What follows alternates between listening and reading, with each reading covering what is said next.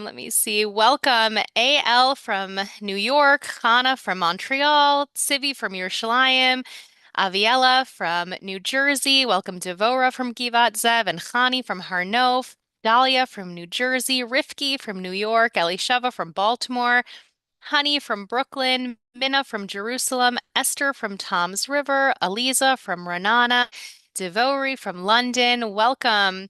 Rachel from Muncie, Yael from Beit Shemesh. Welcome, welcome to all. Um, I could probably spend the rest of the time here just welcoming people, but this is actually incredible. Seeing people from all over the world is so touching. Thank you for spending your time here with us today. Let me grab a few more. Javi from Lawrence. Welcome, Jennifer from Baltimore, Dina from Passaic. Welcome, welcome. I can see people logging in, as I said, from all over, and I just want to say a big, huge welcome to everyone. If you missed it in the very beginning, as people continue to flood in, today's session is going to be anonymous, so please feel free to use the chat box throughout today's class to ask your questions, share your experiences, open up and be vulnerable if you choose. It is completely anonymous. As many of you know, and some may not, if again this is your first time joining us, at Jewish Workshops, we've taught hundreds of classes on parenting, marriage, personal growth, emotional wellness, and Jewish life as a whole. But over the past few years, there is one challenge that parents keep bringing to us again and again. They are saying things like, I feel like I'm missing something. I've read all the parenting books and nothing seems to work. My child is amazing, but I still feel like every day is a struggle. And perhaps the most common one of all, I love my child so much, but I just don't understand them. Because if we're honest, parenting today can feel really incredibly confusing. One child responds beautifully to a strategy, while another seems completely unaffected. Some children are sensitive, some are intense, some are anxious, some seem constantly overwhelmed. Some have challenges that don't fit neatly into a category at all. And as parents, we find ourselves wondering, why is this happening? What am I missing? How can I help? And that's exactly why we invited Ilyssa here today, because she has devoted her career to helping parents understand what is underneath the behavior so they can stop guessing and start connecting. So make sure to stay on the line until the very end, because today Ilyssa will be answering as many questions as possible live on the line, and we'll also be sharing a very special opportunity to continue learning with her in a much deeper way for a very special discounted price just for attending. It is truly my pleasure to introduce Ilyssa today. Dr. Ilyssa Bass is a psychologist, parent educator, and one of the most insightful voices I've encountered when it comes to understanding complex children and helping parents navigate challenges with confidence and compassion. Ilyssa earned her PhD in clinical psychology and trained at both Stanford University and the University of California, Santa Barbara. Her professional training, combined with her personal parenting journey, has given her a perspective that is both deeply knowledgeable and incredibly relatable. As the parent of a child with multiple hidden differences, Ilyssa understands firsthand what it feels like to raise a child that traditional parenting books simply aren't written for. She believes that behind every child's greatest struggle is their greatest strength, and behind every parent's greatest struggle is their greatest strength as well. And her passion is helping parents uncover both. Today, she's going to help us understand how to decode behavior, connect more deeply with our children, and see them through an entirely different lens. And I cannot think of a better guide for this conversation.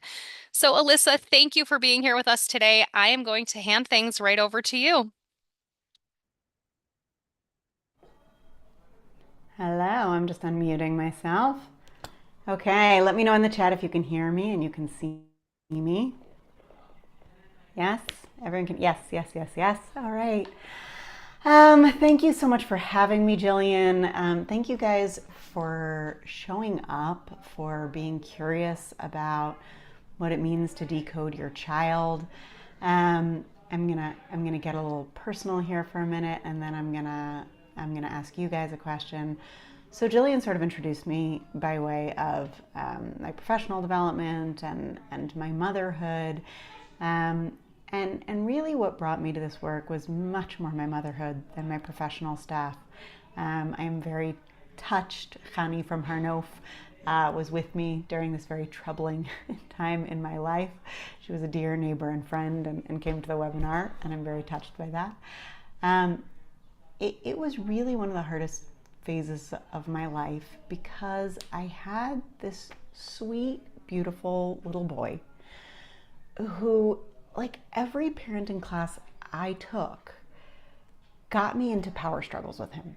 I couldn't make sense of his behavior. I was like doing the right things and it was going all wrong. I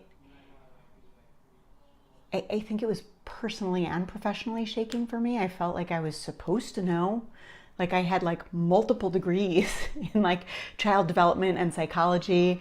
I was supposed to know, but I got really stuck in trying to figure out like the right way to parent or what diagnosis he might have that would explain the behavior.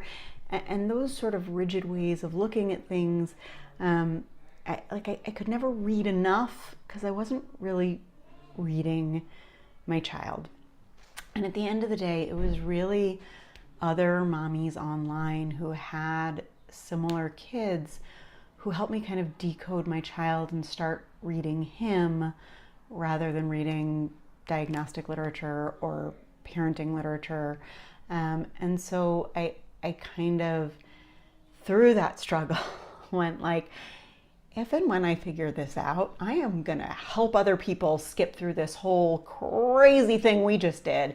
And that really is what I do. That really is what I do day in and day out. Is I mostly, I still have some people in private practice that I see for individual psychotherapy, but I mostly help parents decode their kid, try to figure out this like mysterious behavior. So kind of my specialty is those kids, tweens, teens, even young adults who you just like can't quite make sense of their behavior. Like one day they're like this and another day they're like that, and in some settings like this and in other settings like that, and like now it's high and now it's low and now we're cuddling but we just had a blow up. Like it feels confusing.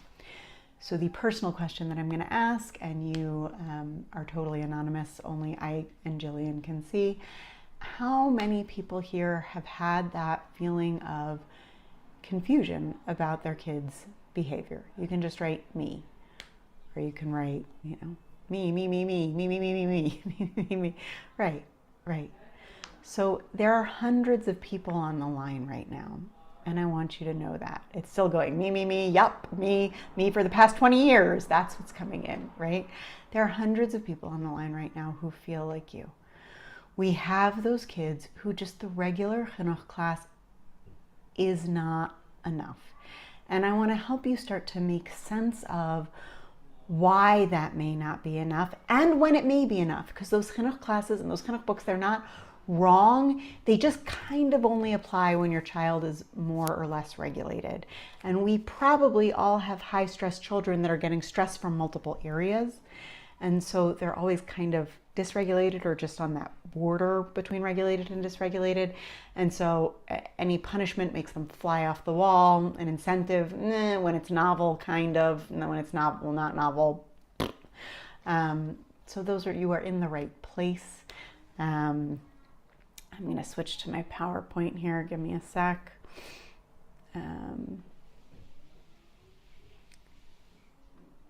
Jillian, can I share? Yeah. Jillian, you're on the chat, okay? If there's something I need to see, let me know. Yep, I'm here. Yeah, okay. If you have a child who explodes and it's hard to figure out why. Hold on. Okay. A child who struggles with impulse control, a child who has a diagnosis of ADHD, ASD, SPD, anxiety, gifted, we could do the whole alphabet soup. If your child has no diagnosis and is nonetheless behaviorally challenging, even if they are perfect in school, and we'll talk a little bit about that because a lot of us here have kids who like, you can go to Asifat Horim and be asked, how did you raise such a perfect child? And you just kind of sit there and smile and you're like, really? Because we just had a psycho meltdown when I left, right? If you ever had that thought, you're not alone. Many people here have. If you have a child who shuts down, a teen who's starting to sleep a lot or shut down, I don't mean just sleep a lot, I mean that kind of like, rather than a fight, they're having more of like a freeze. If the yelling, kicking, sibling conflict in your home is driving you bananas, you are in the right place. This is actually an image that my husband made for me. It sort of describes these types of kids, right? Like if you put all the kids in the family on a scale with this one kid seems to take up more time, more energy. And for some of us, there's like 2 or 3 kids on this side, right? And what I love about this picture so much is that the other kids are not Lemelas. It's not like I have perfect kids on this side and this kid is heavier. It's that the whole family becomes complex because this behavior kind of gets on the menu in the family. So today we're going to kind of cover a little bit the neurobiology of big behavior, the 5 stages of a meltdown, long-term prevention. That's where we're going to spend most of the time. I'm going to talk about kind of how different neurotypes can all present with the same difficult behavior, but the decoding gets us to totally different behavioral approaches to those 3 kids. I'm going to talk about mapping underlying stressors, decoding complex kids. I'm going to talk a little bit about plans that work. I'm going to kind of give you this map for your kids' stress. Then Jillian will talk a little bit about the course, which is where there'll be more hand holding if you want to have that experience of like really spending a long time decoding your child. And then we're going to do questions and takeaways. This is a highly visual presentation. The slides will be available through Jewish Workshops. If you are listening on audio, I will try to describe the images. Okay. So when I say big behavior, what do I mean? That behavior that is confusing, the meltdowns, the kicking, the screaming, the I hate you, the, big slamming doors, and that wasn't loud enough, so I'll slam it another 2 or 3 or 4 times. That big behavior, I always think about as the tip of the iceberg, right? They say like 7/8 of an iceberg is underwater, right? Sunk the Titanic. But this piece of, it's just telling me there's stress underneath. And that one behavior doesn't tell me how much stress or what the stress is. It's just kind of a trailhead. And I think when we go down the road of traditional chinuch approaches, you can kind of ask the question like, what do you do when a child hits their sibling? And I think probably for all children, but certainly for more complex children, you have to figure out, what do I do when this child hits this sibling at this time of day with this amount of food intake and with this teacher on this day, and with, right, because their stress levels are really going to change the way you approach. You may address that behavior in one way totally differently on a Monday than you do on a Tuesday, because that day, the kid has a particularly different deal in school. If you've been in my world, you've seen me do this 100 times, but my understanding of big behavior kind of goes like this. This is the triune brain model, the way that Dr. Dan Siegel, he's a psychiatrist in LA I was able to study with, describes it. And it was such a game changer for me. I share it everywhere I can. But it goes like this. This is a gross oversimplification of how your brain works, but it really is helpful. This is your brain stem. It's in charge of fight, flight, or freeze. This is your mammalian brain, right? This is the reptilian brain. It kind of just is going like this all the time. Am I safe? Your mammalian brain, that's kind of like your middle brain. It's like all herd animals have it. It keeps track of the herd. What's my place in society? In there is your amygdala, which is really like the alarm center. And then over that is your cortex. That's kind of the human brain. Your prefrontal cortex is like uniquely human. That's like your higher self, the self that has values, that has the ability to self-reflect, that knows the kind of parent you want to be. And Dan Siegel says like this, and I think it's so brilliant. He says, when something triggers your amygdala, because it is real or perceived danger, and the perceived has a lot to do with your history, real or perceived danger, it sets off an alarm bell, and you kind of flip your lid. Like this part of your brain that's keeping track of the parent I want to be and the experience I want to give my child kind of goes offline. He says you flip your lid. At most it's like a voice in the background going like, don't yell at your kid. But really you're down here. You're in fight, flight, or freeze, and you're fighting. And because we're adults, we're kind of watching it. Our kids don't really have that part of their brain so developed yet. We're yelling, we're screaming, we're threatening, we're down here. And when our kids go down here and we go down here, we have a big old mess, right? That is the technical term for it, a big old mess. Because there is no adult around. We're just kind of like reptiles in fight. And so our job becomes to stay here, because the more we stay here, the less frequent and less long the meltdowns will be. Will they totally disappear? No, because we're not the only adult in this child's life. We're not the only thing in this child's life. They have their own stressors. But the more we can do this, and understanding our child and having plans in place really help us do this. We are all real people. We are stressed out. We have our bills and our shalom bias and our whatever else we have on our mind. So really taking the time to have plans of what we're going to do when the behavior gets big is really, really helpful to keep us calm, because we can't just, every parent says, I want to work on patience. And I kind of go like, well, how do you do that? And the answer is you understand yourself, you understand your child, you understand the dynamic, and you make meaningful plans so that when they go like this, you can stay like this. Okay, the 5 stages of a meltdown. By meltdown, I mean any dysregulation. So for our tweens and teens, this doesn't always look like fight. It can look like flight. They're out of the house, or they're in the room, or it can look like shutdown, right? Our young kids mostly go fight, but some by personality, they'll go more flight or freeze. You'll know if they're not going fight, but most of them go fight. These are the 5 stages, right? So you go from your green zone, your kind of calm zone. In that yellow zone, there's like a 50% chance that you can still help them regulate if you have a plan.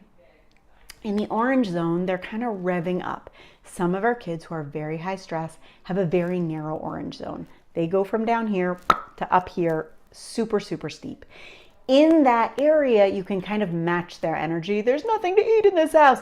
I hate when there's nothing to eat in this house. What should we eat? Like, if you use your calm voice there, if your kids have ever said like, stop using that calm voice with me, they're probably in that orange zone, right?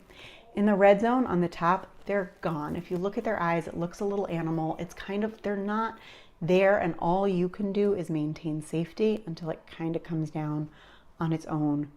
Very few words. It's overstimulating for them. And here is where you kind of also want to stay fairly quiet. We get so anxious that like we want it to be over, that when it starts to come down, we go like, do you want a drink? Do you want to, and that's overwhelming. And then it kind of starts a new wave. So here you're just also kind of with your kid. And then once they're in the yellow zone, you may be able to like offer them some water. When they're in the yellow zone, you will still feel stressed out, but they will hop over to the green zone. And what's curious for a lot of parents is that at that point, it's kind of over for them. And once it becomes safe, you sort of go like, and they're like back in their regulated zone, and you're still kind of vibrating. Okay, so this is the meat of this webinar. We're doing okay, Jillian? No clarifying questions? We're pretty much good? Yeah, we are. If you could just speak up a little bit, I think that would be amazing. Okay, hold on 1 second. Let me see just on my Zoom.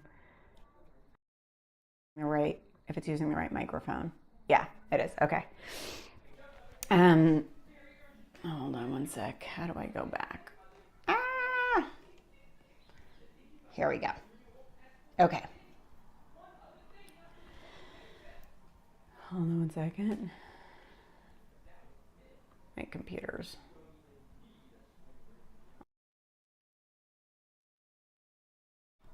Okay, good. So when we're decoding complex kids and their behavior, I always have this picture in mind, right? If you take one thing out of this whole lecture, it's this picture. The green zone, which if you're listening on audio, there's 3 kind of strips. The top one is pink or red, I'm going to call it. The middle one is green, and the bottom one is blue. When we're in that middle zone, in our green zone, we're relatively calm, we're regulated. I'm in my green zone right now. Like, I like to talk. The red zone is where we're overstimulated, and the blue zone is where we're understimulated. We forget as adults how much time kids spend understimulated. They spend a lot of time in school. They spend a lot of time wanting to go out or have more action, and we're not up to it. Adults, we have more agency over creating a good fit life, so we don't spend as much time understimulated. But if you put me in a third grade classroom listening to frontal teaching for 8 hours, I would feel very understimulated and it would be stressful. When I say the word stress, and I'm going to talk a lot about stress right now, I mean literally that distance between your regulated zone and how overstimulated or understimulated it is, because it's not all the same, right?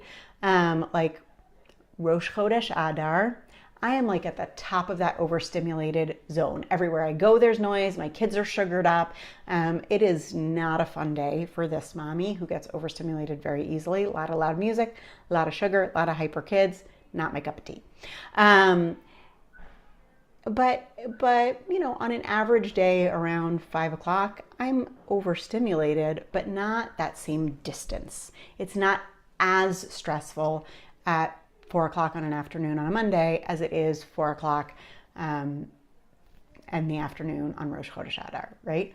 So when I say stress, that's the picture you have. Like, how far away am I from my green zone? Okay, so if you think of me after Rosh Chodesh Adar, twice, right? I am like socially and emotionally overwhelmed. My kids are like in the house with their friends and the music on.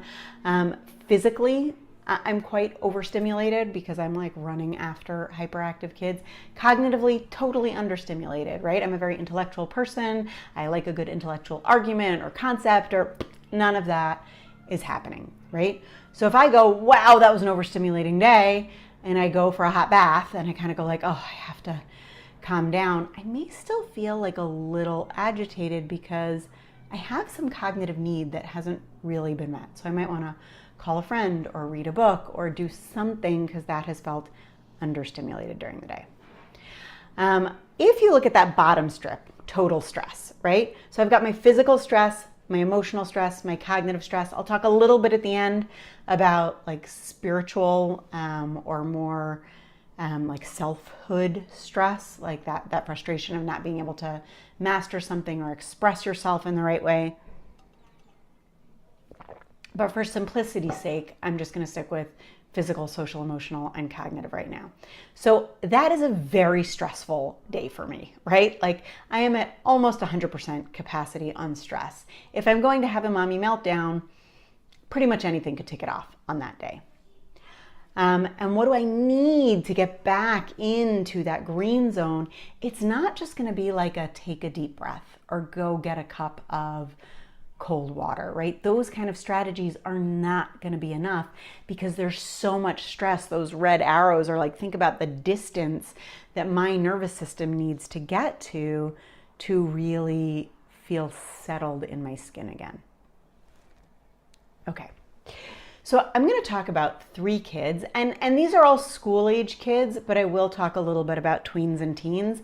But I don't want you to tune out if you have a tween, teen, or young adult, because it's not terribly different, but we are in a different phase. I'm going to talk about it for a minute. But I'm going to talk about Shlomi, Aviva, and Dovi. We're going to talk about a kid who is, hitting in school. Maybe they're 8 years old. They're hitting, you got a call from the teacher, and the question is, how do I stop this child from hitting? So in terms of ages and stages, I have a lot to say on this for brevity's sake. Whatever age and stage you are, we only have as much capacity to influence behavior as we have relationship with the child. So at any age and stage, we're always relationship focused. Strengths and skill building, meaning whatever age and stage your child is, it's really easy when they have difficult behavior to get very focused on behavioral change and forget their strengths. But our strengths are, of course, what give us confidence and self-esteem and our feeling of meaning and purpose in the world.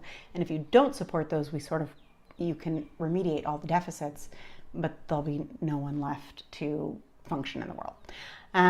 And skill building, right? I kind of assume that if a child is hitting their sibling, they either are too stressed out by something the sibling did, by their own stress levels, or they are missing the skill to say, hey, that's my thing, stop, right? Or whatever it is. Regular chinuch tends to work when kids are regulated. Now, you can have more of a values match with one chinuch teacher or another chinuch teacher. Something might work for your personality type or not your personality type, but if you've gone to a standard chinuch course and gone like, this is not enough for my child, it's because that's assuming that your child is mostly regulated, is learning skills through reward and punishment. And for some of our kids, they need to be taught skills really, really explicitly, and the reward and punishment just isn't effective in the same ways. There's modifications we have to make. When they're dysregulated, right? And this is not a hard and fast rule. This is not Torah Messini. This is just kind of the way that I think about it. This is, Bassonian psychology. Before age 8, you are mostly co-regulating. 6 to 8, they're starting to, but mostly for your child to become regulated again, you are in close physical proximity to them. Even when they go like, go away, you're still probably not more than one room away from them, right? Like, they need a safe adult around to feel safe, because young kids in the world are not safe alone. Between 8 and 11, we move on to like incentivizing a lot of self-regulation skills. Between 8 and 11, we can kind of teach them what it feels like in their body, what it looks like when they start to get revved up. Like, we can start to say, this is how I know you're in the yellow zone, if we know. And these are the things that help to calm you down. If you can go do one of those calm down things, you can get a point or a prize or whatever. We can start to sort of give them some agency within that yellow zone to regulate themselves. Still, just brain development wise, once they're much past that, it's going to be really hard for them to bring themselves back. 12 plus, we're doing a lot of problem solving and strengths-based stuff. Pretty much by age 11, and again, this is my experience, most kids start to balk at services. They don't want to see a therapist anymore. They don't want to see an OT anymore. They don't want to be different. They don't want to be pulled out of class. Some kids do. If it's an amazing professional and they have a good relationship, they will absolutely stick. Short of that, they don't want to spend their whole day in services. They kind of feel like, if my Kriya is not good by 12, I'm probably not going to be a big reader. They want to follow their strengths. If they're the artistic kid, they want to do art. If they are the music kid, they want to do music. And it becomes very important identity development wise to be more strengths focused than deficit focused. Collaborative problem solving means like they need to be involved in like having a say in the problems that are going on in the home, right? So not like, you can't get up, and if you don't get up, XYZ is going to happen, but like, hey, getting up in the morning is hard. What's hard for you? How can I help? Okay, let's put that plan into effect. Okay, like in a week we'll evaluate it. Like that kind of talk is really, really helpful with our complex tweens and teens. Not because you're not co-regulating, and not because you're not teaching self-regulation skills. Just these are kind of like the chapter titles during these ages and stages. Young adults, we're hoping that they can do a lot more problem solving, that they have some self-regulation skills.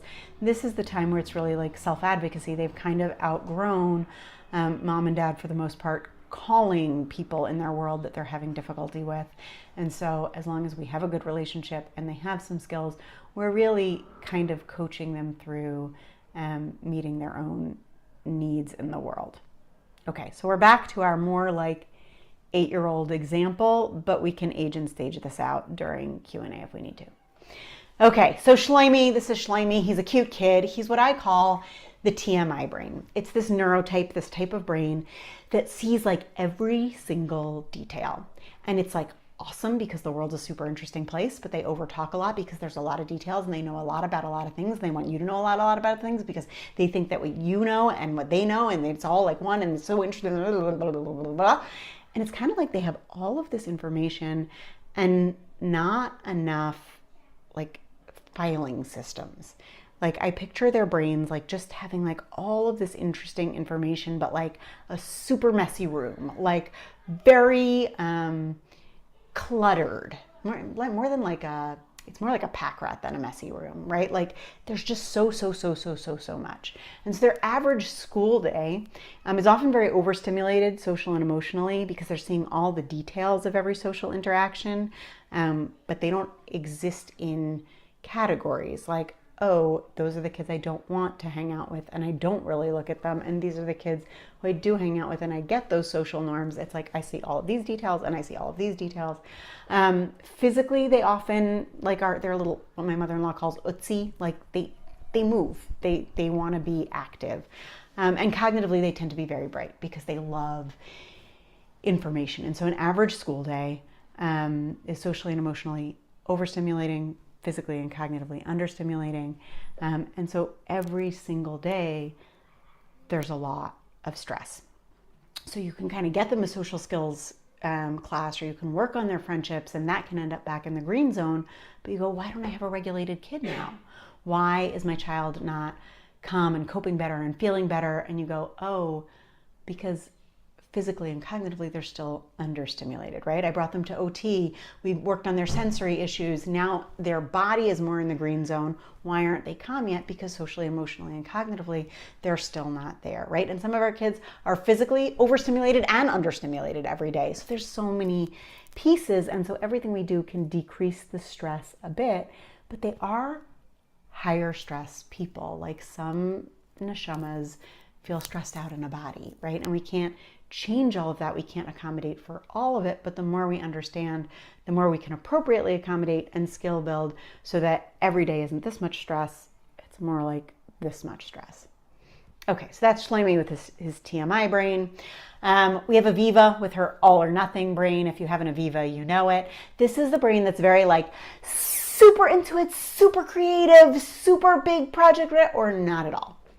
Like I don't do math, but I do drama, right? It really is a beautiful koach for like finding interest and beauty and creativity in one thing, but either their brain kicks into gear or it doesn't. These are kids who they can kind of do anything if you incentivize them, and without the incentive, they just can't do it. So Aviva spends a lot of time in school, cognitively overstimulated. Like it's like a bit too much for her and she can't find interest in a lot of it. Socially and emotionally, she's pretty close to her green zone. She does okay socially and emotionally. Physically, she could use a lot more action, like really a lot more action. And so her stress is less than the TMI brain after your average day of school because socially and emotionally, she's doing pretty good.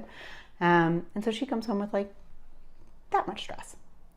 Dovey, he's got that asynchronous development brain. Cognitively, he's way ahead of his chronological age, but emotionally he's below his chronological age, and a lot of anxiety lives in that gap, right? This is the kid who sees someone in a wheelchair and they go, oh my gosh, how did that happen? Could that happen to me? Did it were they born like that? Could my children be born like that? Because emotionally they're young. It feels scary. They're not kind of going that'll probably not happen to me. Kids usually feel invincible, and our asynchronous development kids are so cognitively trying to figure out how things happen and why things happen on an emotional structure that can't match that it feels pretty anxious.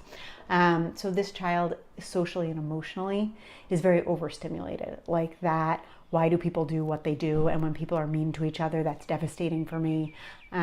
Physically, though he's okay. Physically, he doesn't need more motion or less motion. He kind of figures it out during school. Cognitively, he's quite gifted, and just the classroom moves painfully slow for him. And so for him, he's somewhere in between the first two in terms of how much stress he has. So now you can see we have this kid and they're hitting, and they have totally different underlying needs. Shlomi, with his too much information brain, needs stimulation. He needs one-on-one with an adult or alone time. He doesn't want group interactions. Physically, he needs to move. So things that are going to help him if he's overstimulated or acting out in some way are going to be going on a walk one-on-one with an adult who tells a story, or an audiobook on a swing alone without siblings too close, or reading a book upside down on the couch alone. These are things that work for Shlomi. Why? Because for him to more or less get in his green zone, we've got to find some activity, and sometimes we find it by guess or check. We don't always know exactly where these dots are. We kind of need to find something that socially and emotionally, is a pull down, and is physically and cognitively a pull up. Does that make sense? Aviva, if she's acting out, she needs cognitively like quiet or soothing. Socially, she needs like the right friend. If any, she might be okay alone. Physically, she needs to move. So still going on a walk one-on-one with an adult who's quiet or just listens, or coloring or a soothing project alone with the right friend, or a bike ride. These things are going to get her closer to her green zone. Dovi, cognitively, he needs to be stimulated. Socially, no friends or siblings or anyone. Physically, he's kind of okay. So reading or an audiobook alone. Building that requires creativity or thinking. The right friend, babysitter, or adult who's willing to listen to exactly what's interesting to him. Right? So when a teacher calls or a babysitter says, like, I don't know, their behavior is just, they're starting to melt down from every little thing. If I've kind of decoded my child, I can make suggestions that are most likely to get them into the green zone. Now, sometimes those can happen in school and sometimes they can't happen to school, and we can talk about how to work with schools once you know what your child needs.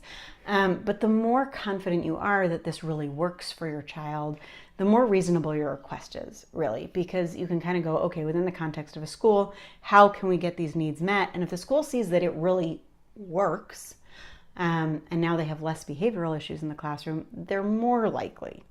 Now, it depends who else is in the class, right? And we've all made that phone call and gotten somebody who just is too stressed out to manage whatever suggestion we're making, and that happens also.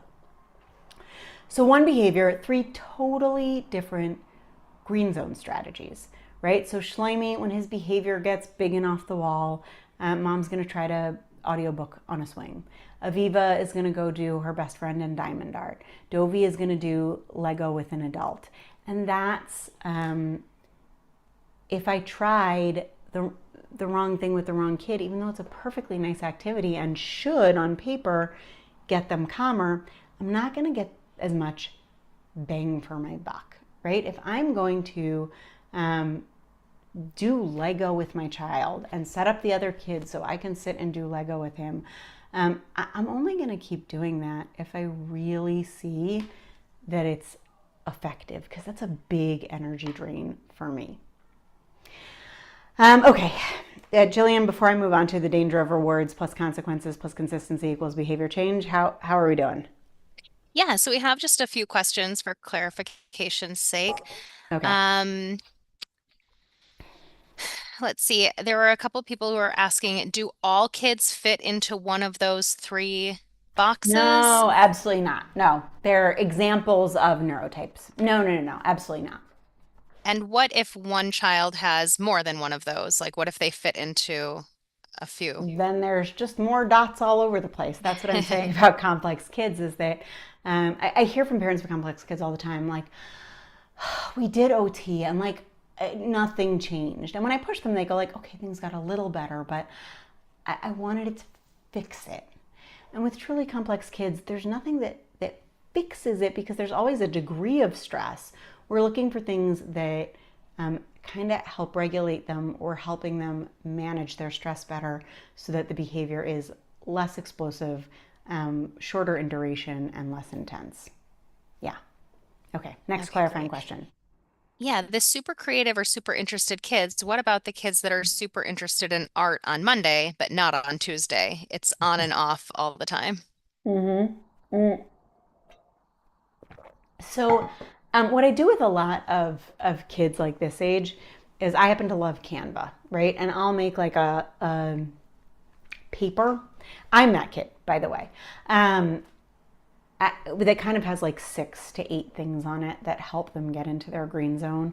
And And it really is just different for different people on different days. I am very much like that, so I resonate with it. Like I just, if I need to calm down, um, I if I've been like all over the place, then I do want something that's like art or coloring next to my kids. I find that focus really nice. But if I have been on a screen creating a presentation for Jewish workshops all day, so like I want to move around my kitchen and I want to, right? Like it is different every day, and that's part of what we're saying. Knowing myself, knowing kind of like how my brain works and what tends to calm me down, there is like a menu of 10 things that I know that I like to do. And so that self knowledge, I can kind of go like, oh, what does it feel like inside? I need to move. Okay, like I'm not going to set up a project for the kids today. I need to move. And that's the kind of adult that we want, is someone who can go like, what do I need today? How do I set myself up for the best, most regulated day possible? And then works within the constraints of families and dynamics and moving systems. And it's not perfect, but I expect a lot more out of myself than an 8-year old, right? Because I know who I am and I can start to read what my body needs, what my heart needs, what my brain needs. Yeah. Okay, great. What about kids who are a mix of stressed, overstimulated, and have short span attention for input? Yes, that's stressful. um, if kids have really short attention spans, then you probably need help in your home to scaffold it. Meaning they're probably not going to stay in an activity that regulates them for very long without some adult helping them maintain that. And so that's very draining for you, because they won't stick in a green zone activity for long enough to really regulate, because they get up and move around. But sitting with an adult who can help them stay on task and bring them back, and take a water break and then come back, will be a game changer for you. But don't have that expectation that it's going to be you all the time. You will probably resent your child if you have to play with them 4 hours every day to help them stay in their green zone. Yeah. Yeah. So you look at your kids and what works for them to decode their brain type. So when I'm talking about decoding, I'm really talking about, and this is what we'll do in the longer course, is there's more hand holding and like, here's the things about our kids, physical world. There's their sensory needs, there's their emotion needs, there's their, some of our kids have food sensitivities, allergies. Some of our kids, certainly in the tween and teen years, have a lot of hormones going on. Then there's also just like interoception, my ability to feel what is happening in my own body. A lot of our kids don't eat enough or drink enough because they don't actually feel that. So it will be like an entire hour-long class on just understanding the physical components that can create stress in our children, right? Like the whole range of that.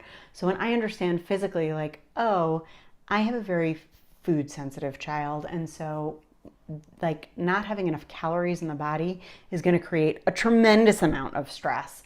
And when I figure that out, like, oh, he doesn't read when he's hungry, then problem solving that is going to get me the most bang for my buck in terms of helping this child regulate. Because, gosh, I took this class with Dr. Bass and I went, shoot, how often is this child eating, right? Like, I can't tell you how many parents have taken my class and gone like, every single day I unpack his backpack and all the food is still in there.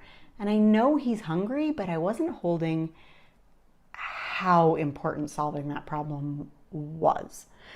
And then when they do, they do see a lot of behavioral change. Does it make everything better? No, because we have then they have their social emotional world, then they have their cognitive world, then they also have their need for their strengths to be seen in the world, their spiritual connection, and all of that stuff, which just felt like too complex for this, but we'll do that also. Okay, I could take one more question, but then I have what to cover before I hand it over to you, Jillian. Yeah, absolutely. Somebody was actually just asking if we are able to switch over for examples with like teens and tweens, which I'm not sure if that's where you're headed next. So, I think I'm going to address it mostly during the Q&A. I think the point I wanted to emphasize is that like a kid who's hitting or a kid who's having a meltdown um, can be having a meltdown from lots of different places, right? They can have different stress factors. And so what really worked with my oldest kid could not work at all with my youngest kid. What really worked with this kid on Monday could not work on Tuesday. And I want to kind of just give you that sort of map of like, okay, I'm not asking like, what do you do when a kid hits, or what do you do when a kid has a meltdown, even though I can learn about what to do during those behaviors and have like a bigger toolbox. But I'm asking, what are the underlying stressors that are making that so big and like spiky with my child that it feels like it goes from 0 to 100, right? So if you think of um, physically, emotionally, cognitively, what are the stressors in my child's life? Where can I, through technical setup and accommodation, decrease their stress so that they're in their green zone a little bit more? And then what can I actively do to help them get in their green zone? Once they're in their green zone, we can work on the skills that they're missing, and we can work on, more traditional chinuch, but we've got to kind of know what pops them out of their green zone and how to help them get back in. That's really the point I was trying to make. So I'm not going to like go into and tweens and teens, and as long as we got that point, I think we're good. Okay, the danger of rewards and consequences and consistency equals behavior change is this. If you reward, right, let's make a chart for coming home quietly. If they need skills or strategies they don't have yet, they won't really be able to do it. So you can incentivize it, and when it's exciting, they'll do it kind of by like compensating. They just won't go near the siblings that annoy them. And that's great for 2 or 3 days, but they can't avoid those siblings forever. Consequences, right? If you kick your sister, no friends. If they're lacking skills and strategies, this will make them feel helpless and anxious. And you'll probably take away the things that help them regulate, because those are the things that they care about. Consistency. This one I feel like is where mothers tend to beat themselves up the most. This feeling of like, I'm just not consistent enough. If I was more consistent, his behavior wouldn't be so bad. And the reality is you're gonna drop things that aren't really working, right? If the rewards and the consequences alone aren't really creating behavior change, are creating power struggles, are too much and too stressful for you, of course you're not gonna be consistent, because it's kind of bigger than that. If you consistently put your child to sleep at 6:30 for 3 nights in a row, and on the 4th night they go to sleep, you're going to be really consistent about bedtime. But if you put them to bed at 6:30 at night for 2 weeks, and you're in exactly the same place you were 2 weeks ago, you're going to stop being consistent about it, because it's not working. Okay, so the homework, right? Should you choose to accept it, is to start to talk with other people in your child's life, to reflect on it yourself, to kind of like a scientist look at your child and go, what underlying stressors may be leading to this behavior? It's not that the broken cookie created the meltdown. It's that the stress that was built up before the cookie broke blew the kalim. So physically, where are they? Socially, emotionally, where are they? Cognitively, where are they? And they can be in multiple places at once, right? In terms of motion, my child's understimulated most of the day.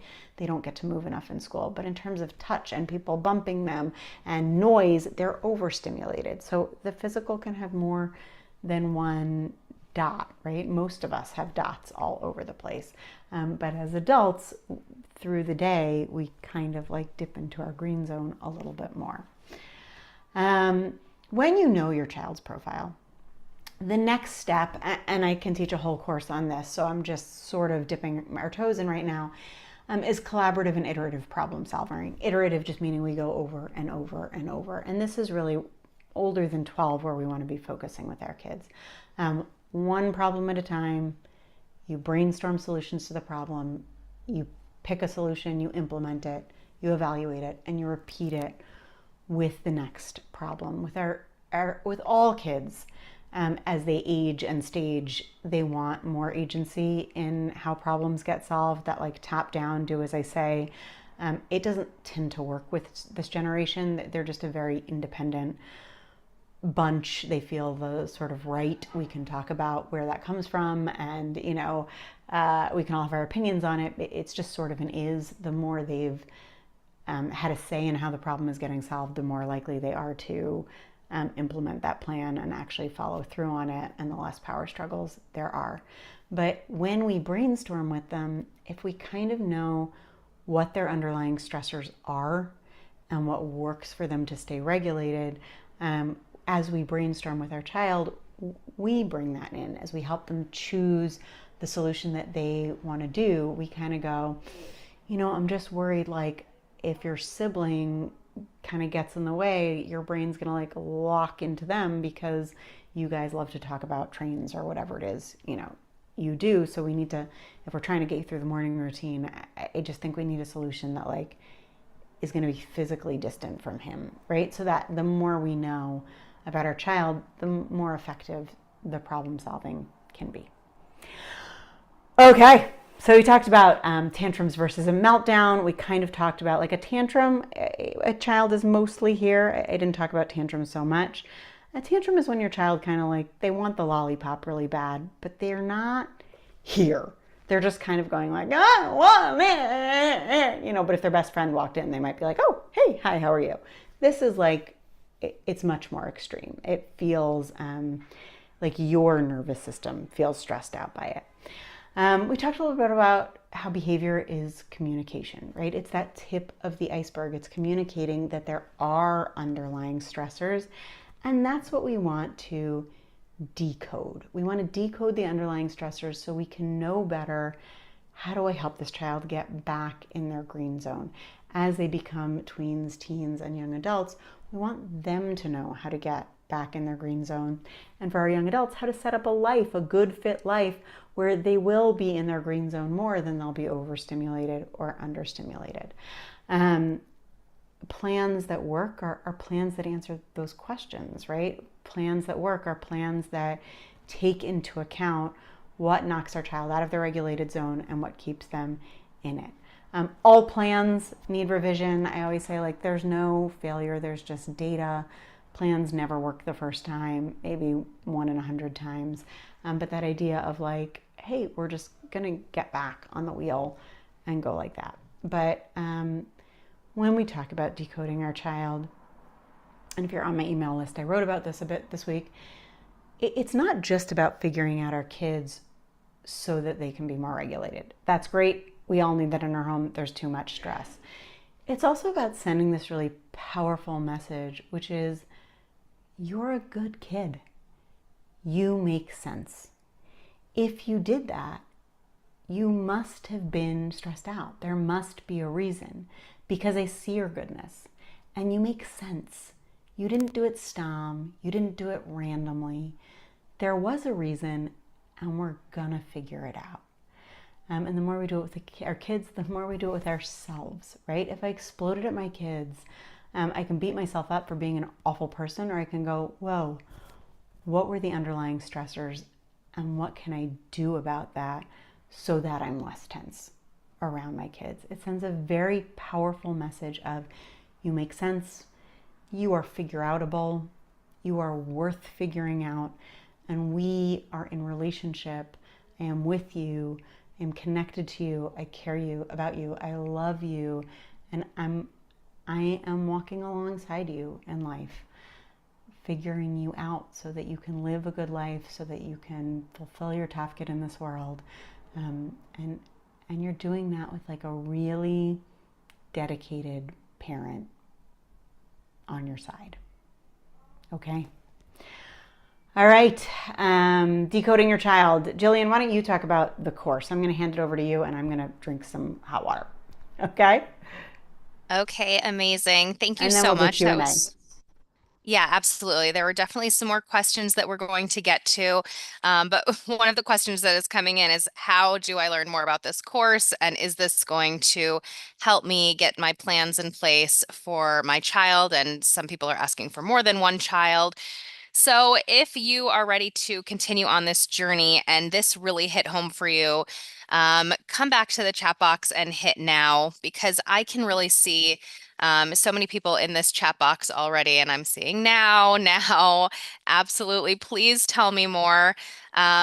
If you're ready to stop guessing what is going on in your child's mind and stop overreacting or reacting in the moment without clarity, and you are really ready to understand your child and what they're trying to communicate underneath all of this behavior, then you are here and you are in the right place. And we are going to get you exactly what you need. Not more discipline strategies, not more quick fixes, but real understanding. And that is why we are opening up the full course on decoding your child with Ilyssa. So this is what it's going to look like over the next 6 weeks. We are going to walk you hand in hand through different classes that will help you really get a better understanding and a better connection with your child. In week one, um, Ilyssa is going to discuss overview and the complex body system. So choose one behavior you'd love to see change. Learn the hidden physical roots, sensory needs, inter interception, allergies, inflammatory Interoception. You did it issues. well, Jillian. Sorry, thanks. Sleep and eating patterns that silently shape behavior. Then in week two, we're going to move over to emotional needs and connection, social skills, anxiety, rejection sensitivity, motivation, and connection types. You'll learn how to enter your child's emotional world and meet them where they actually are. In week three, cognitive needs and school fit. Gifted kids learning differences, school environment fit, and how to advocate powerfully for your child in educational settings so they can truly thrive. And I saw some questions come in about this too. So that is going to be super important, all happening in week three. Then we move over to spiritual needs and real self-esteem, true self-esteem, connection to Jewish values and community, mastery, and how to handle those deep existential questions your child asks that you don't always have answers to. Followed by pulling it all together. In week five, we're going to really work on implementation and reflection. Use everything you've learned to address the specific behavior you've targeted in week one. Build a sustainable plan for connection and lasting influence. And then we'll wrap it all up with a full hour Q&A session to bring your questions, breakthroughs, and real-life scenarios to the table. A dedicated live Q&A to consolidate your learning, troubleshoot specific challenges, and leave with total clarity on your path forward. As you can see, all of the classes will take place on Mondays, except for that final Q&A is going to be Thursday, July 16th, but classes will be at 12 p.m. Eastern Time, 7 p.m. Israel time.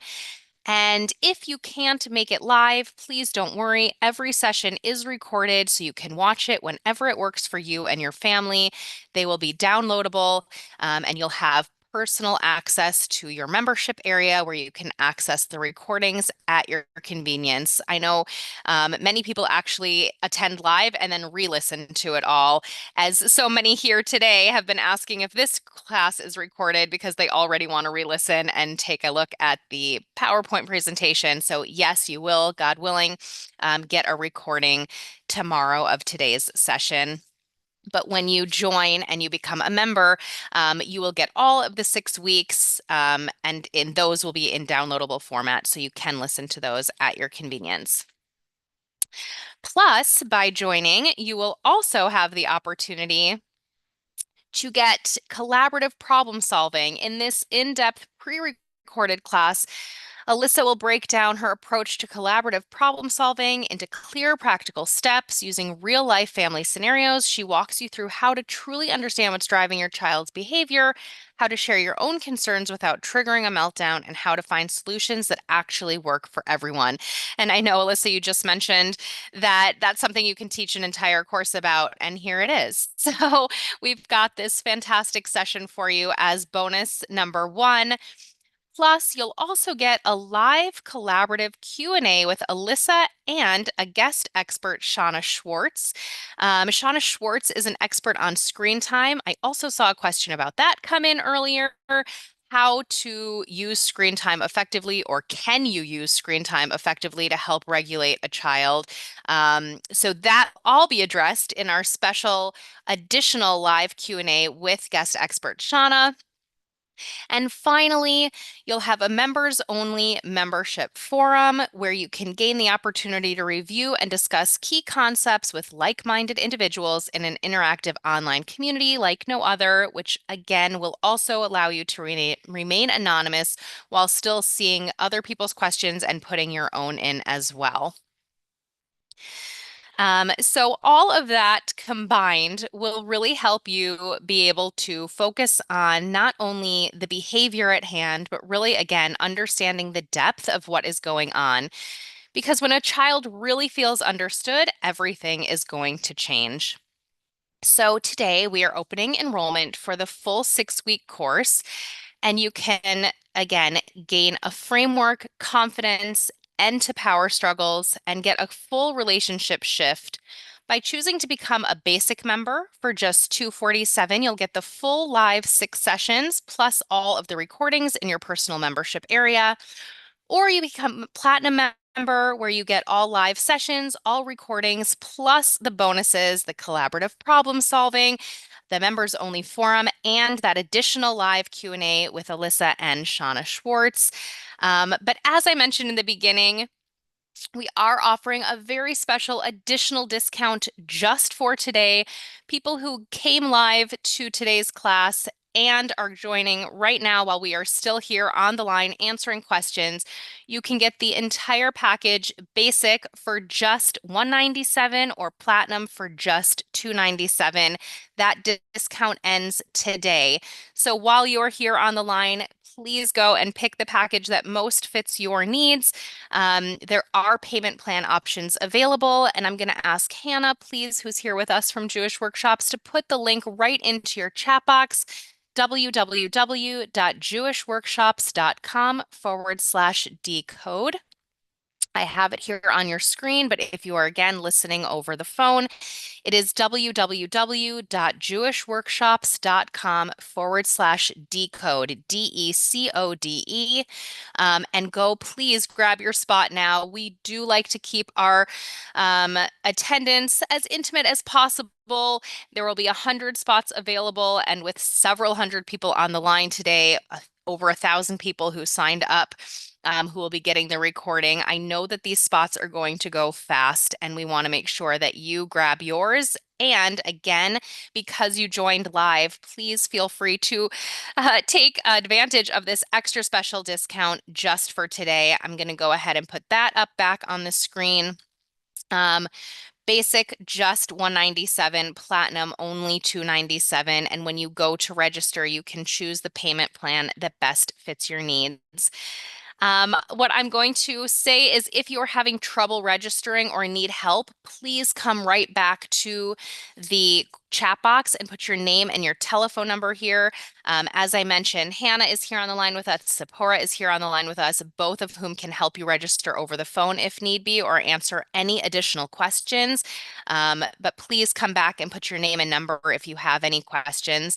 And once you've registered, I'd love if you could just put your first name and the words "I'm in" into the chat box, because I would really love to be able to welcome you. And also, again, of course, keep in mind how many people are registering so that we can see that the spots are still available. So just your name and the words "I'm in," and I will be happy to welcome you. As people are registering and taking that time, I will go ahead and address some of the questions to Ilyssa. If you have additional questions that you didn't have a chance to ask before, please come on back.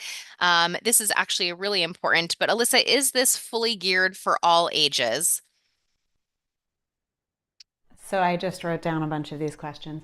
Oh, In perfect. terms of, yeah, so in terms of ages and stages, so the truth is, I think probably when I give examples more, ages like 3 to 18, and I sort of vary them.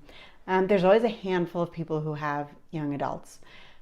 My specialty in private practice is emerging adulthood. like 18 through 20s. And that's who I've worked with for the last 15 years. Probably about a third of my private practice is neurodivergent within that age range. So I'm happy to answer questions about that. Most of the examples I give will be about school age tweens and teens. It depends on the group. Sometimes, like my most recent course, there were a lot of tween parents. And so we spent actually a lot of time there. The questions for older kids, everyone on this side, their kids are going to grow up to be that, right? So I have been spending a lot of time answering tween and teen questions. My examples will be ages about 3 to 18. What I will say is the social emotional piece is where I talk most about the varied ages, meaning the physical piece, physical development piece and hormones obviously is for tweens and teens. The emotional space is really where it is very, very different in terms of how much we know and how we know that. So that particular course, I'm going to talk a lot about different ages and stages. So yes, it is for all ages and stages. If you have adult children in their 40s and 50s, we will not be addressing that. Although I have met with parents who have neurodivergent kids in their 40s, but that's not what this course will be about. Thank you so much. I'm going to get to so many more questions here. I just want to welcome SW, welcome M.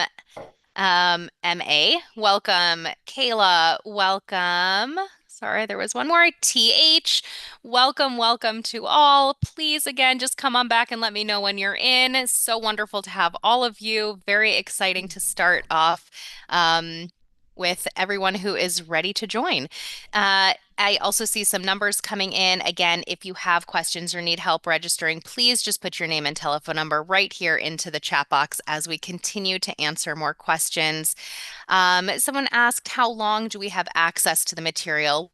Once you join, you will have lifetime access to all of the live sessions, to the recordings of the live sessions. So again, you can listen to and download those at your convenience. They will always be available to you in your own personal membership area, and you'll receive additional details on how to access all of that once you join.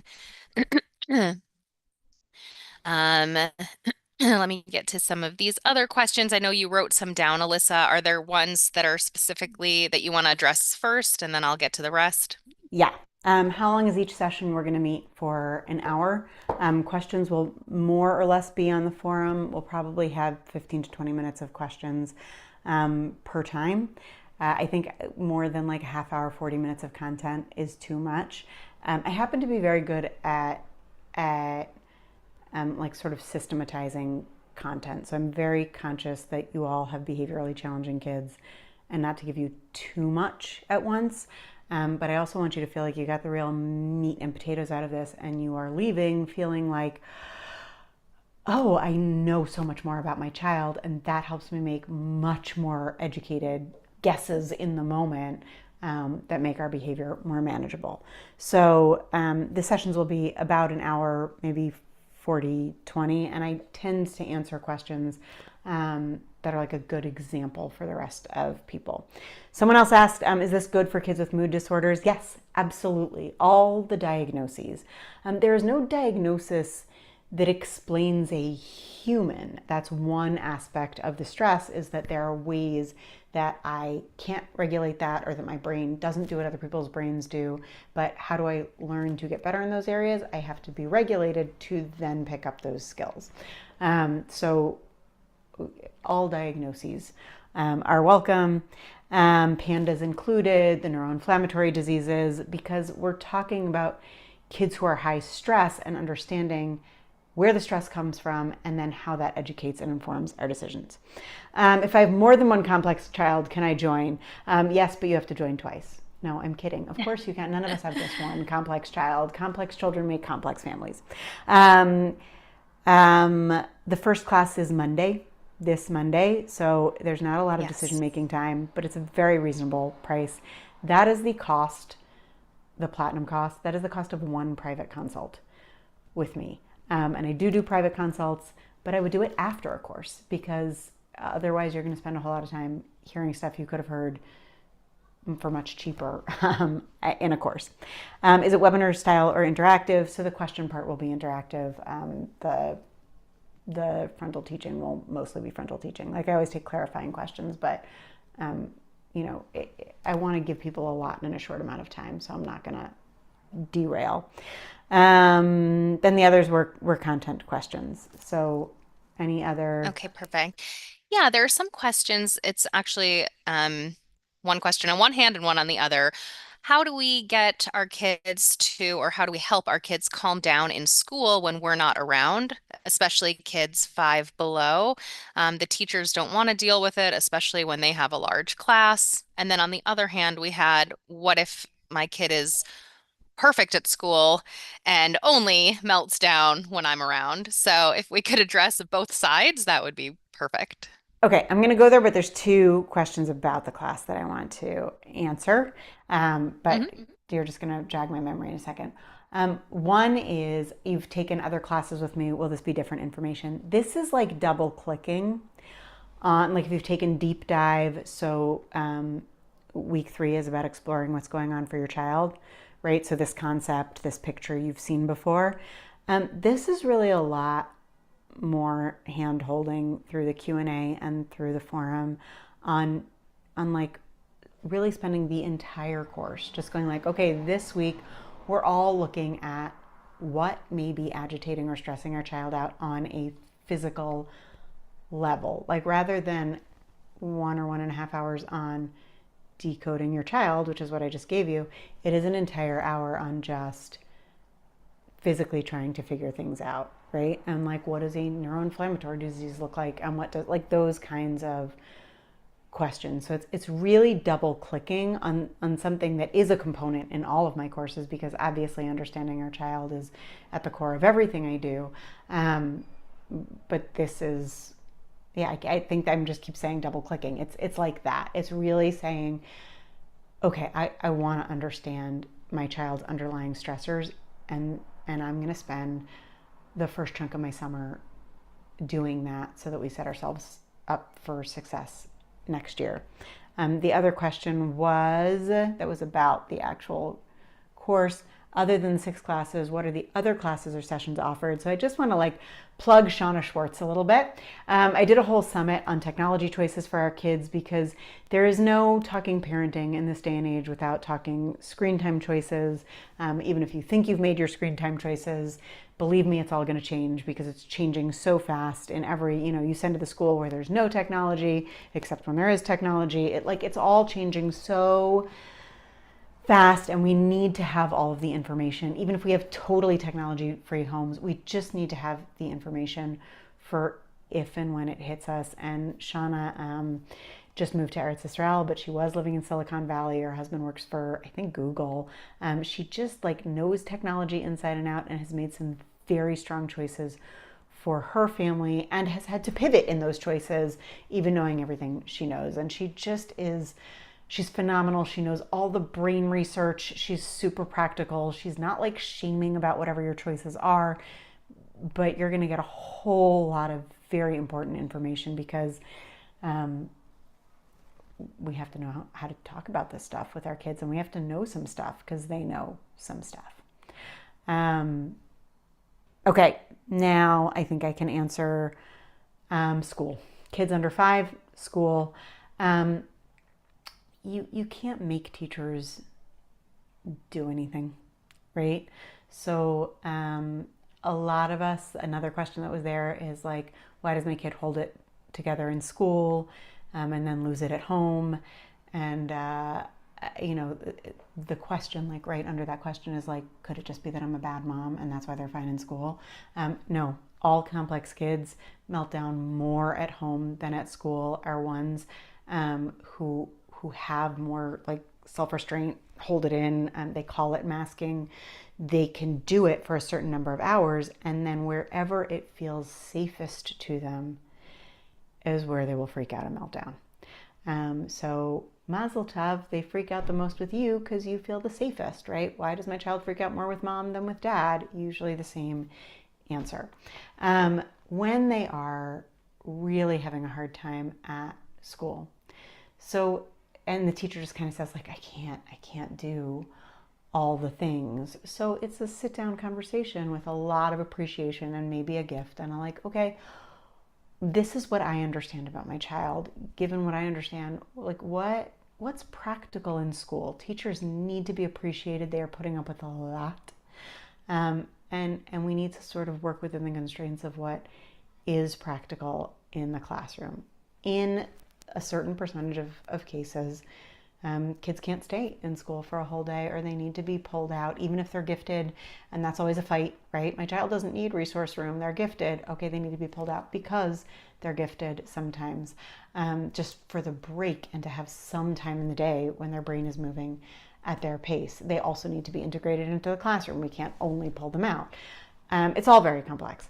But you're not, the question of how do I get the teacher to do what I want them to do is the wrong question. You can't make other people do anything, but you can work with them. And the more effective and practical the strategies are that you have, the more likely they are to do them. So with the 5-year-old, you can certainly have a teacher probably fill out every day like 2 things. Did he say that's mine if someone took his thing, and did he would they could check off 2 things. Like you can definitely create some things. It's nice to have a community to kind of go like what's worked for other people and crowdsource that. But it's hard. It's just hard. I want to validate that it's hard and say like you're not going to get them to do everything you want them to do, but ask yourself like what's practical, and when they do it, show a tremendous amount of appreciation, not as a manipulation, because they deserve it. Because if every parent made the same request you were making, they would have like 2.5 jobs. Okay. Does this help if you're the grandparent helping? Absolutely. I have had grandparents take it with their kids. I have had grandparents take it without their kids who are the parent of the difficult child. Absolutely. Absolutely, because you're spending a lot of time, and I think very often the parents are so stressed out that like a 6-week course is just too much for them at this point. So you having the information, and rather than like giving over the information, just kind of being like, hey, this seems to calm him down, can be a tremendous gift. Like it took you 6 weeks to figure out that that's what calmed him down, but you can just hand that as the biggest gift in the world to the child's parents. Absolutely. We love grandparents. You also have so much to say usually in the chats that's wise, and it's not your first rodeo. Okay. Perfect. Is this helpful now in regards to moving into summer break? Yeah, 1,000%. I mean, camp is stressful too. Life is stressful. There's never like a good or bad time in the year to understand your child. I think it's nice for the summer because we just spend so much time with our kids in the summer. And if they go to summer camp, then this might be the only time where you really have like that much time and space to think about them because you have a breather. So, yeah. Absolutely. I will get to more questions. I do just want to welcome Malka, welcome Deborah, and welcome Khani. Wonderful to have all of you. Please, again, just come on back and let me know once you're in so I can welcome you. Um, is it enough if only one parent learns this? And how, in conjunction with that, and how can we also get our other children on board with the new approaches that we're learning? I mean, if they're the child, like, if you're the grandparent, that's a very different question. I'm assuming you're the parent. It's not your children's jobs to get on board with your parenting, right? You're the parent. It's more about creating some space for siblings to have a hard time with their sibling. I mean, I think we all wish we could get like our child's sibling to appreciate their strengths, but the reality of siblings is like he's in my space, he touches my stuff, he's annoying, and they often need like some space and parent support when that child's not around. To just, you can take a whole 6-week course, you can join my long-term support groups, you can get support when you have a really high stress child, what is their bunkmate supposed to do, right? Like it builds up a lot of tension. And so we can talk a little bit about how to help siblings cope and become skilled in dealing with whatever the behavior is. But I wouldn't use the language necessarily of like getting them on board. Like the ship is your parenting, and they're not on board that. They're in the family boat, and in the family boat, they're a sibling. You know, they're not going to be Mahanach, their sibling. Um, is it enough for only one parent to learn this? Absolutely. It is the norm that one parent is more interested in this than the other. Couples are welcome to do the information part when it's Q&A. I open that for women only just because, you know, like I'll say, now we're going to do Q&A. You know, if men are on the line, you can go, as long as that's okay with Jewish workshops. I don't know if are you saying this is only for women? No, absolutely. Can Right. men and women, husbands and wives, can do it Yeah, together. more and more I have to say, husbands are taking the class. I think I've made more of an effort to offer, you know, more programming for men and whatever. But when you have a really complex child, you can't just have like a backseat parent. Both parents kind of have to come to the table, but the norm is that one comes first. It's usually mom, just because there's so much more chinuch stuff, but sometimes it is dad. There are some generalizations I can make. It's usually a little harder for the parent who's more similarly wired to the child. Um, but in general, the pattern I see is usually mom starts to kind of decode the child. Dad often feels like it's too accommodating or too light, and there should be more punishment. And then as this starts to kind of work and start to create behavioral change, there's like a little more openness. I can talk a lot about just communication between spouses. If your spouse is open to hearing, like, hey, I went to this really cool webinar, you know, and they go, oh, what did you learn? And there's that openness, 1,000,000%. If you're really on different parenting pages right now, the greatest aids I can give you is to become interested and curious about their parenting style and what's important to them in parenting and what they want to give over to your child. Because nobody cares what you know until they know that you care, right? Like everyone wants to be seen and valued for what they want to give to their children. And there's really no openness to teach anything new until you've done that part of it. Again, I could give a whole course on that. Okay, next thing. Yes, somebody just asked if the course itself is also anonymous. Yes, you will remain anonymous throughout each of the live classes. Again, you can still ask your questions in the chat box, and nobody else will see them except for Alyssa, who will be on the line with you. And in the forum, you can also remain anonymous. So again, getting questions answered and getting the guidance that you need is our top priority. So we wanted to make sure that everyone was as comfortable as possible to be able to open up and share their experiences and share what they're going through with being, you know, again, remaining completely anonymous so that you can get exactly the answers that you're looking for.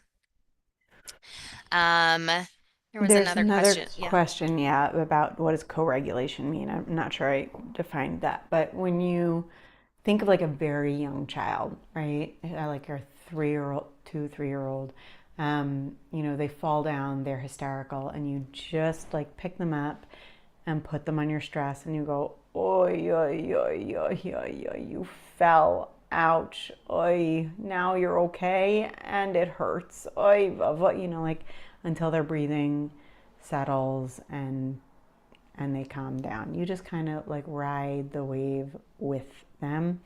That's like classic co-regulation. As your kid gets older, um, you know, it's not that like chest to chest anymore. It's a little bit like being calm next to them so that they can come to that calm space with you. So it's not that we don't co-regulate with teens, but it's not that like oy voy voy. It's just kind of like, whoa, that, you know, that stinks. I can't believe your teacher said that. You must be so upset. That makes so much sense. Like it's that validation, that connection that like I'm going to stay regulated so that you can start to like come back to that space with me.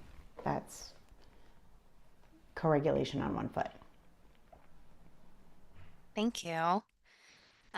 Just looking through some other questions that have come in. What's the correct way to go about a child hitting a mother when they get dysregulated and quote unquote punishing them? Um, when I do that, it makes them even more dysregulated. So anytime you make a boundary with a child, they don't like it. Pretty much every time you make a boundary with a child who's very high stress, they will freak out, right? But totally neurotypical, low stress kids, when you say, no, you can't have that lollipop, or you absolutely cannot jump on the couch, if you continue to do it, I will take you off the couch. No child in the history of ever has gone like, well, thank you for holding that firm boundary with me, mom, and I appreciate that you took me off the couch, right? Every kid goes, you're stupid, I can't, no, I'm not gonna break the couch. Couches have never broken in the history of the world. Like, it's not, nobody ever responds to a boundary with appreciation. That's like a very high madriga even for an adult. So when you make a safety boundary, it's not about regulating them. It's about making sure you don't get hit. They're not going to learn to not hit you in that moment. There's no degree of like punishment, or it's just a boundary. I'm going to hold your hands, or I'm going to put you in a separate room, or I'm going to go in a separate room because you cannot hit a mommy. And they will freak out. If you put them in a room, they will destroy it. Nothing's really being learned in particular. You are holding a boundary, one, for your safety, two, because it doesn't feel safe to them if they're hitting you, and three, because you have to not resent this child or start to go into super hypervigilance every time they're around. You have to kind of know what your bottom line is and how you create safety, and at what point you call a co-parent home or somebody in to help you. Homes have to be safe, and that is not a push it thing for a lot of us. It's really not. I had a babysitter with me. By babysitter, I mean like I was home with another person for years because I had a child who, when he had a meltdown, needed me 110%. And it just wasn't safe to have several other small children without a mommy because I had to be with him. And it didn't last forever. And yes, it was expensive. And yes, it was hard to find. And that was the reality of my home for that period of my life. So when your child hurts you, that's not the time when they're learning to do something different. If they're young, it's a lot about understanding what those underlying stressors are that are leading to the hitting. After age 6, you for sure know you can't hit a mommy no matter how upset you are. Even if you do it every day, you know that. It's a question of, I'm not here, so it doesn't matter that I know it. I'm here. So how are we getting here, and what do we do so that we're here more? That's really the question, right? How do we get regulated more, and what skills are missing that we can teach them when they're regulated more so that they don't continue to get to that point, right? A lot of our kids who really struggle with flexibility, like if plans change, they get like very agitated and violent. So when they're here, there are ways to teach children more flexibility. There are ways to run a home where you kind of go like, this is the schedule of our day, and it's like on Velcro, so we can move it because plans change. And when plans change, they're upsetting. And what do we do when we're upset? We have our things to do when we're upset. Like, we can teach kids how to calm themselves down when things don't go exactly the way they want. We can teach that when they're here. So I have to understand what's leading to the hitting. What stress can I decrease? What skills can I teach so that over the course of time it's happening less? Does that make sense? Like a punishment, I think of as something that's actually going to teach the child a skill, or teach them, like, you cannot hit a mommy. Most kids know that. A boundary is just in the moment. This is what I'm going to do to keep me and everybody else safe. It's not necessarily, I mean, on Bagadol, it's teaching some things about personal boundaries and things like that. But I don't think he's necessarily going to learn not to hit because of what you do in that moment. Thank you so much. Um, I, I think that we've answered this, but let's just make sure. Are the strategies for decoding, would they apply to 3 to 5 year olds, or is that too young? Is it only like 8 and up? Yes, please, please decode your child between 3 and 5. 100%. Yes. Thank you. And What I how will about, say is the oh, things that they're struggling with at 13, 14, 15, they usually had between 3 and 5, right? Like it's not a mystery. It's not, you'll just have seen it earlier. And not all things that we can change. Like the child with super, one of my daughters is very, very socially attuned. It's really a strength. But she also, at 4, was devastated when a queen bee emerged in the class and told her she couldn't be friends with her best friend anymore or she wouldn't play with her.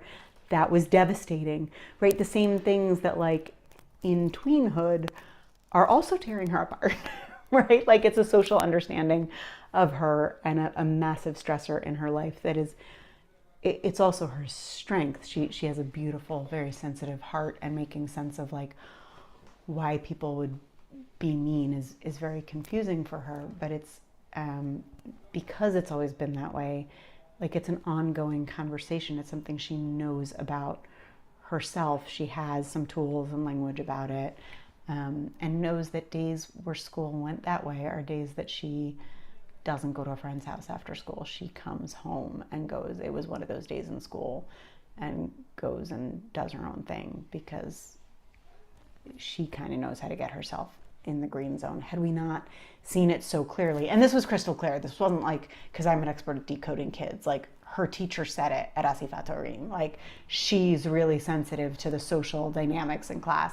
But because we knew it when she was 3 or 4, I would say by 8, she had those tools to go like, oh, it was one of those days in school. Like, I don't want a friend to come over this afternoon, which is early and impressive on her part. But her koach is in the social emotional world. We'll see if she's the third generation of psychologist. My mom's also a mhm. psychologist. Okay.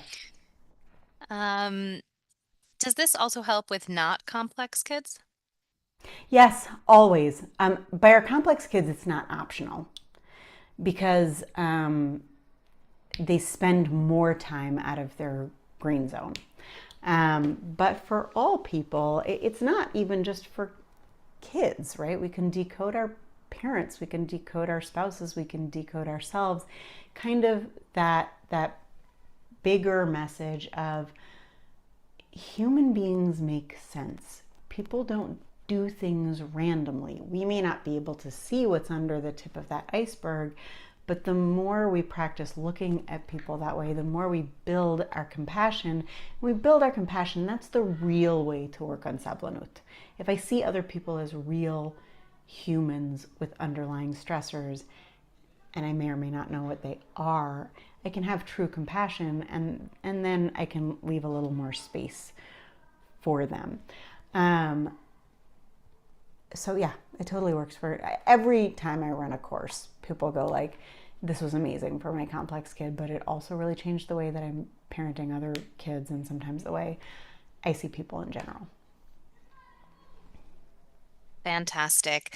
Um, oh, welcome, Suri. Wonderful to have you. And as we are getting ready to wrap up, I will try to address a couple more questions here with Alyssa. But if you are registered and haven't let me know, please come on back and just put again your name and your and the words I'm in. And if you still have any questions before we wrap up, and would like to take advantage of this extra special discount, please make sure to put your name and your telephone number in if you have questions. Otherwise, grab your spot now. Welcome, Rachel. Wonderful to have you as well. And Alyssa, as we're getting ready to wrap things up here, I see one other question that is actually just came in. When addressing spiritual needs and real self-esteem, can you just briefly explain what that is going to answer? Yeah, so I just wrapped this course with Rabbi Shays Taub, and it really was about finding joy in parenting your complex child. And when we think of like appreciating our kids, it's really about appreciating their strength, seeing them as a soul on a journey that may have its sensitivities, but also has a purpose. And not as a Rebbitzin, but just as like a mindset, and a mindset that um, is, from Torah values. That way of kind of looking at our kids and going, one of their basic needs is to be building mastery in certain areas, to be unique, to have a space in a community, to feel like I have an identity. I am, a 14-year-old boy who loves woodworking and likes to, be a waiter when my mom's friends have simchas, and one day wants to be on Hatzalah, and I have what to give the world that's not superficial. It is genuinely aligned, like, with my neshama, and like what lights me up, what feels really, really good to me. And so when we talk about that as a basic need, um, we do get stressed out, and you really see this in our teens who haven't found their thing yet. Like the difference between a kid who's like surviving school but has their thing outside of school is a billion miles away from a kid who's surviving school and just hasn't found their thing yet. So that's really what I'm talking about, is that mindset of like not just like a cute or superficial, like, find their strengths, but a real, they're a neurotype, they're also like a neshama type. What very often it's related to their struggles, right? Like my daughter who couldn't cope with the queen bee telling her not to be the other girl's friend. That struggle is also from that strength of really being a very sensitive heart. So it comes with the stress, it also comes with the strength. And so we're going to talk about that and helping to give our kids some specific language about what their strengths are, because the specificity of it makes them feel really seen, and also helps them build a solid and true self identity. Thank you so much. Will this be helpful for teachers in a classroom? Yes, it will be, because I think sort of immersing yourself in a world of like behavior makes sense, and these are all of the things I can um, think about when I have a kid whose behavior is confusing. Um, I think it's sort of your achrayus to decode the child is not the same as the parents. I would never expect you to decode 30 children, but the more you go like, oh wow, I never had heard of neuroinflammatory diseases, like this child's behavior changed so dramatically this year, like I would tell the parents to have them tested, because I've actually never seen behavior switch that fast before. And I remember Dr. Bass saying that. Like, it will give you more knowledge as you're trying to figure out the behavior in your classroom, um, and help parents. Like, I wouldn't expect you to do like the follow up work or take them to an OT, or, but absolutely, absolutely, it's very important information. Thank you. Um, oh, we just had someone write in. I'm noticing a soft shift inside that seems like hope already. Thank you so much for Mm. sharing that. It's really beautiful, and we can't wait to see you next week. I saw that you registered, so that's wonderful. Um, There was a question that came in. Um, my home is Jewish, but my child has is in a mixed environment. Is this still for us, and will this address things that are outside of just like a Jewish environment? Yeah. Other than the day when we're really, I am first and foremost like teaching as a psychologist. I am a Jewish woman. I do live a Torah observant lifestyle. I'm not a Rebbitzin, but this is Jewish workshops, right? So I'm allowed to say our Mm-hmm. child is a neshama on a journey, and that gives us meaning and some structure around we're not just remediating deficits and fixing behavior to have a more obedient child.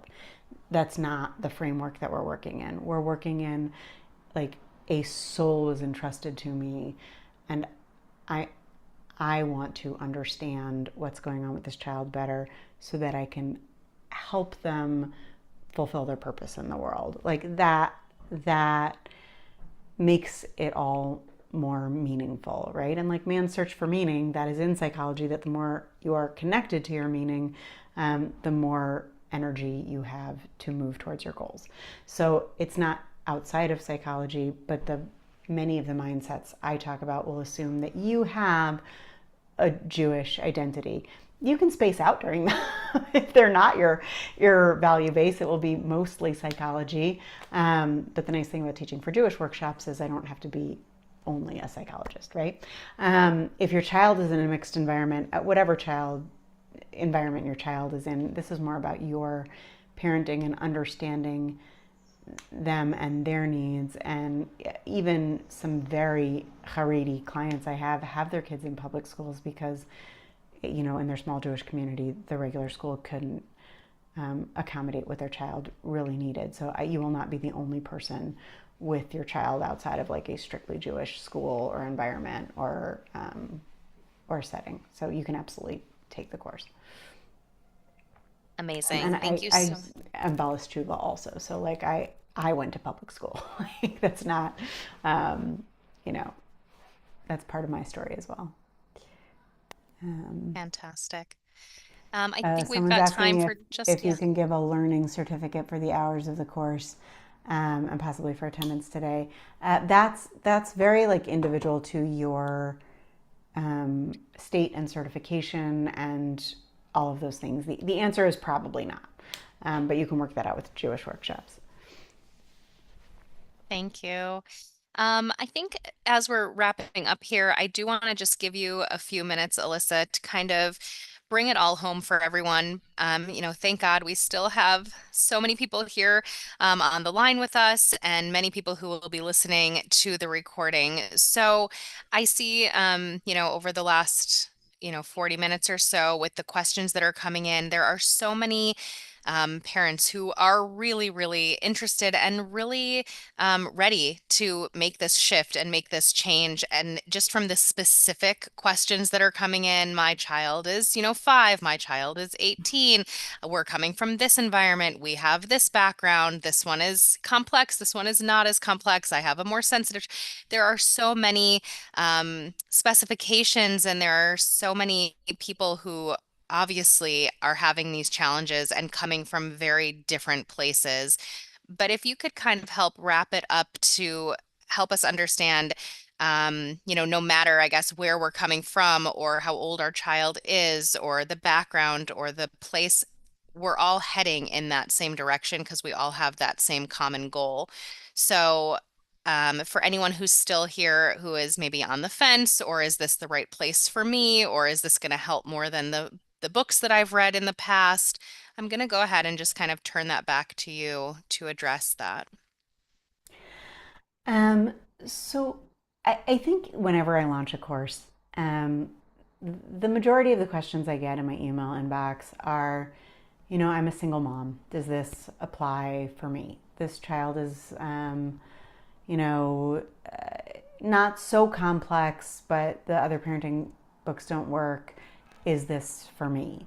This is a grandchild that I'm raising. Is this for me? Like, I think most people have some way that they feel like their situation is a little different because it is, because we all have these unique life circumstances. This child is complex. They also have a trauma history. I have a trauma history. The whatever it is. I, I think it's important to kind of hold like as much as a course can. this course is about you kind of learning this roadmap of, as much as we can, decoding another person, right? When you have another cognizant adult human, you hope that they can tell you a lot about themselves.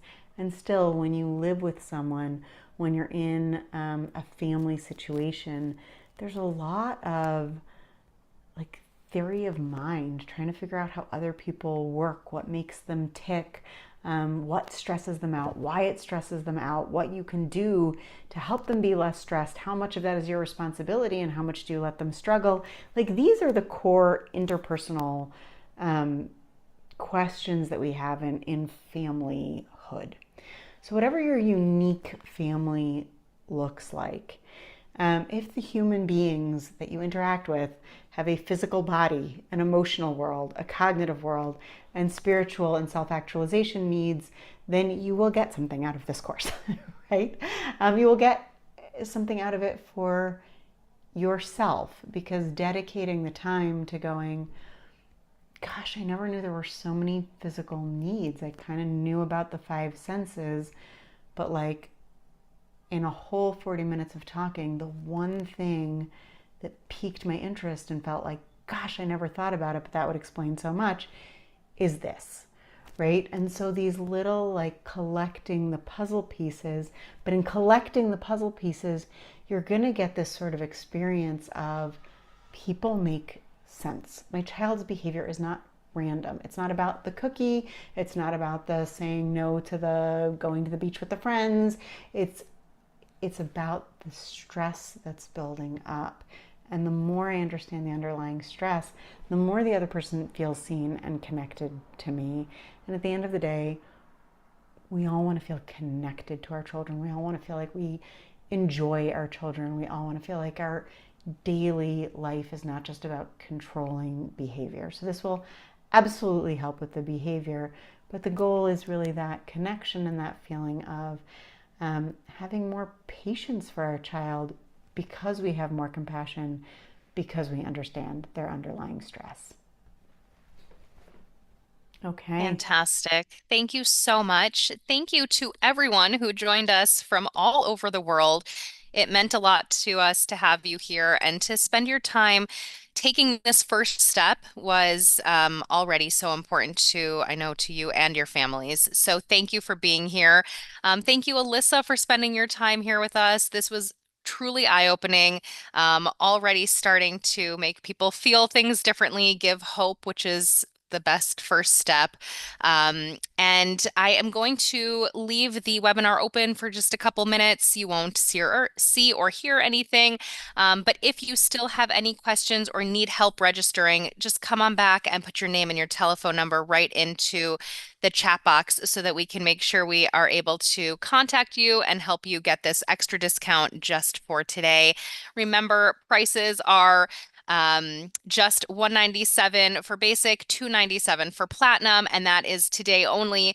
Then the prices will be back to 247 and 347. So grab your spot while it is still available, and we look forward to seeing as many as possible next Monday, June 8th, for our very first class. Thank you so much, and have a wonderful rest of your day or evening, wherever you Thank are. you. Thank you for the opportunity. And thank you all for coming. Good night.